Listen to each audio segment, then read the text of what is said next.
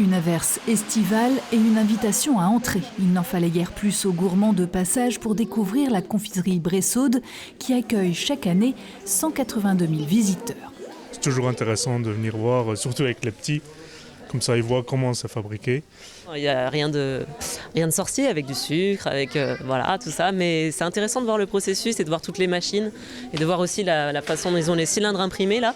De savoir que c'est des choses qui ne se font plus de nos jours, quoi. Donc c'est important de les garder, d'en prendre soin parce qu'on ne sait plus les faire. Les démonstrations font découvrir la recette du bonbon dur traditionnel, au sucre, glucose, arôme naturel et admirer le savoir-faire transmis au sein de la confiserie.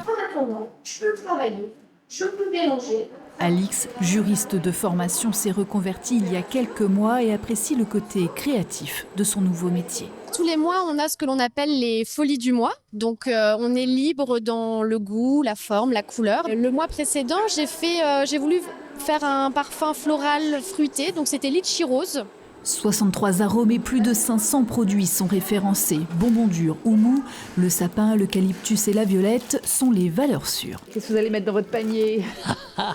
Il ne faut pas de sucré. Il ne faut pas de sucré. Alors donc, ça sera pour les enfants. Des choses qu'on ne trouve pas forcément en supermarché, des choses originales, des bonbons à la poire, à la mirabelle. Puis on a quelque chose d'émergent, c'est tout ce qui est à base de noix de cajou, qui est donc un petit peu refait comme les chouchous, mais en noix de cajou, noix de pécan, noisettes. Ça prend une ampleur assez phénoménale. 2025, on a beaucoup décliné sur d'autres produits que le bonbon dur classique. On a fait des pâtes à tartiner, des caramels notamment, et un popcorn sans matière grasse. 150 tonnes de produits, tout confondus, sont vendus chaque année, avec un panier moyen qui reste stable, avoisinant les 30 €. Les gens cherchent de plus en plus des produits locaux. Et on se rend compte de l'impact de la communication digitale, des réseaux, tout ça, c'est quelque chose qu'on va développer aussi plus.